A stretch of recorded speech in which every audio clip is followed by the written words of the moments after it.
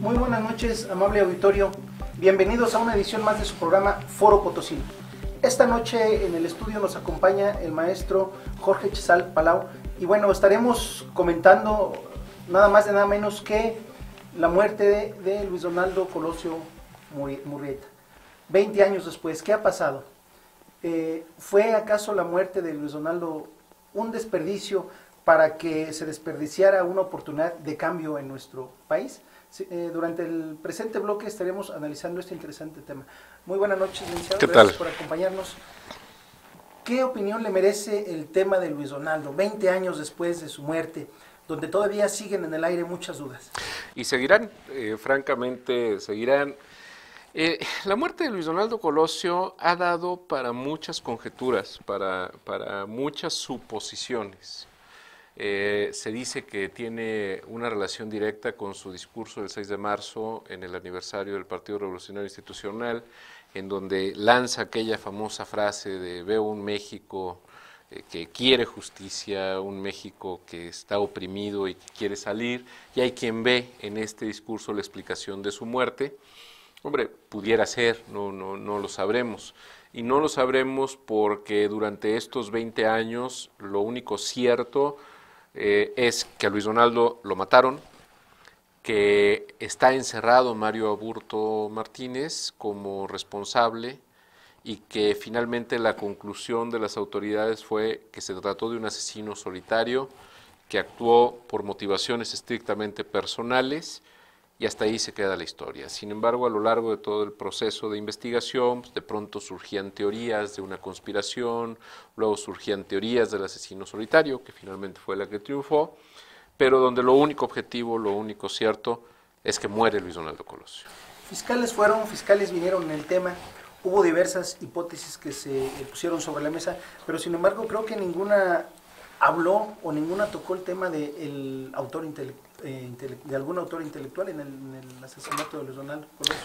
No, porque incluso cuando se descarta la idea de que hubiera sido una conspiración, que era la que hubiera permitido poder identificar un autor intelectual, por lo menos en ese contexto, se desestima ya esa cuestión.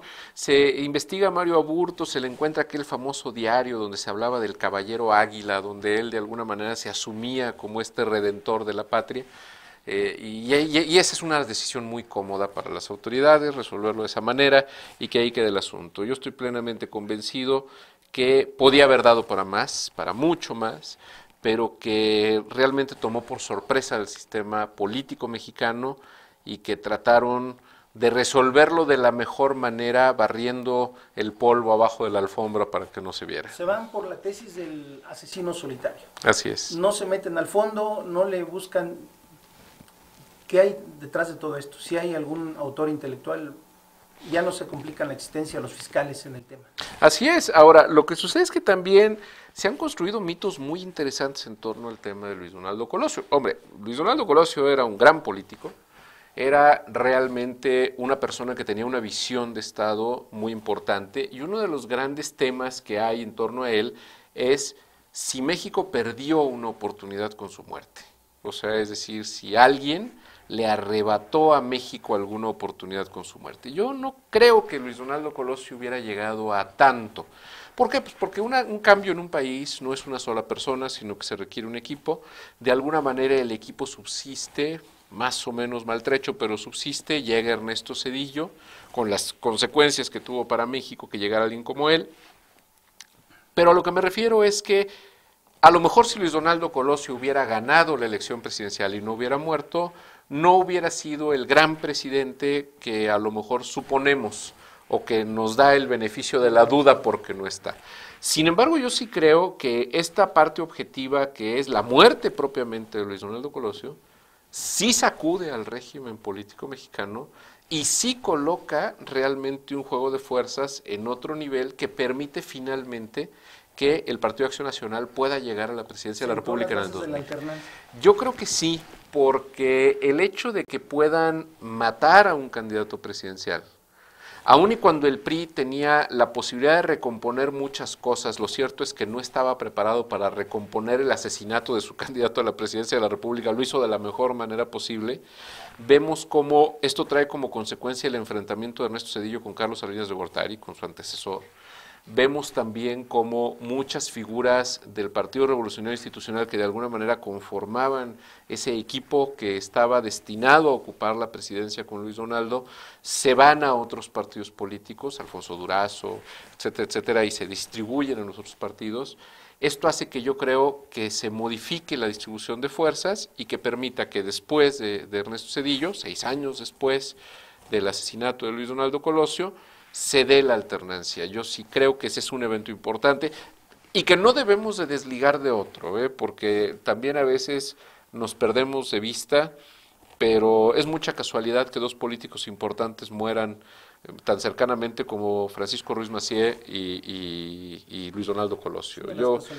Son de esas casualidades en donde difícilmente podemos pensar que hay casualidad. Así es. Y bueno, fue uno de los homicidios que se acudió al país políticos. Yo creo que desde 1928, que asesinaron a Álvaro Obregón, se viene a repetir ahora con Luis Donaldo Colosio hace 20 años. De 20 años a la fecha, ¿qué enseñanza nos deja a los mexicanos ese bochornoso evento? ¿Qué podemos pues tomar de ahí? ¿Qué le aprendemos a ese evento tan lamentable? Mira, yo creo que una de las cuestiones fundamentales que deja la experiencia es el que se sabe que los políticos son humanos y que como humanos pueden morir. O sea, es decir, la figura presidencial en México siempre se había divinizado de alguna manera, sobre todo tú citabas el caso de Álvaro Obregón.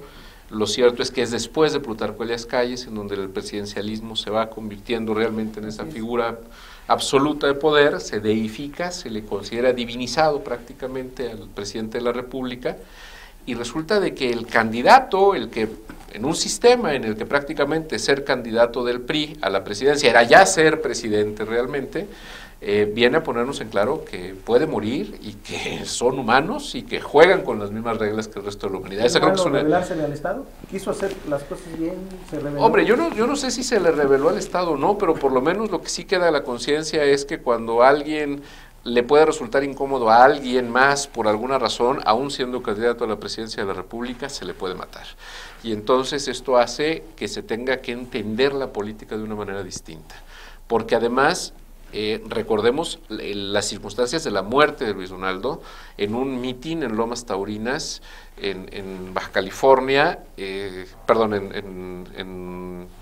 Sonora, que era donde está Lomas Taurinas, Baja California, Sonora, no recuerdo exactamente, Baja California, en medio de la gente, caminando en medio de la gente, cuando de pronto, incluso ante los medios de comunicación, se alcanza a filmar, a dejar constancia de cómo se levanta el arma y cómo le dispara a Luis Donaldo Colosio. Es decir, esa hiperrealidad que nos dan los medios de comunicación, que nos hace cobrar conciencia de que aún el futuro presidente de México puede morir y que evidentemente implicaba un menor contacto con el pueblo, por lo menos en esa manera, por el riesgo que podía entrañar, la posibilidad de que hubiera fuerzas accionando en contra del aparato del Estado o del proceso electoral para sustituir al gobernante, y sobre todo también el hecho de que un mismo partido podía generar antagonismos como el que se suscitó entre Carlos Salinas de Gortari y Ernesto Zedillo. Ahí no debemos de perder de vista nosotros que todo lo que se ha dicho de Carlos Salinas de Gortari y el que se le haya catalogado como el enemigo público político de México, como se le considera todavía por un importante sector de la población, se debe más al trabajo que hizo Ernesto Zedillo para poder fomentar ese odio hacia su antecesor que a las realidades. O sea, más de los cuestionamientos que se le hacen a Salinas de Gortari derivan de la campaña que se desprendió desde la presidencia de la República en contra de él, que por sus mismas acciones. Así es. Y bueno, es que este lamentable suceso dejó muchas dudas en la gente, ¿no? ¿Por qué Lomas Taurinas, si era un lugar de difícil acceso, no contaba con medidas pues mínimas de seguridad o las suficientes de seguridad en aquel tiempo? Desplegar un operativo posterior incluso para el traslado al hospital era muy complicado. Entonces son de las situaciones que quedan en la memoria hoy en día de la gente. Un exceso de confianza, Martín. Justamente yo creo que nadie pensó que aún por difíciles que fueran las circunstancias, alguien iba a tener el atrevimiento de disparar contra un candidato presidencial. Y además, bueno, viene rodeado de otros errores.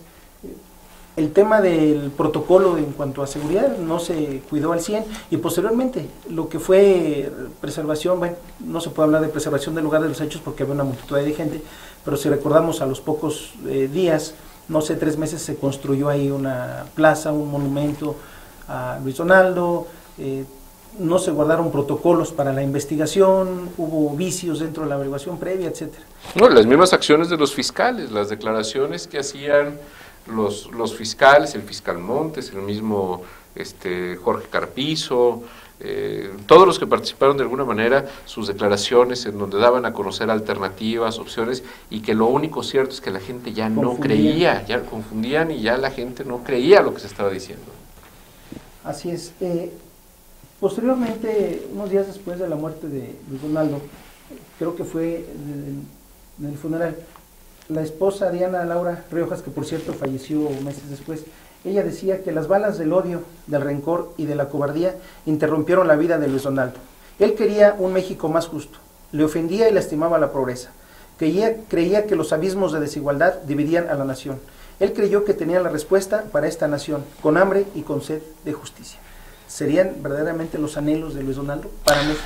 Mira, yo creo que sí, y además yo creo que estábamos en presencia de un político, digo, reitero, yo no sé... Quería romper ese paradigma que se tenía en aquel tiempo. Sí, yo no sé hasta qué punto realmente, si Luis Donaldo hubiera sido presidente, realmente México hubiera cambiado, pero por lo menos sí hubiera sido un estilo de gobernar muy distinto de lo que tuvimos con Ernesto Zedillo y evidentemente muy distinto de lo que vino después con Vicente Fox y con Felipe Calderón.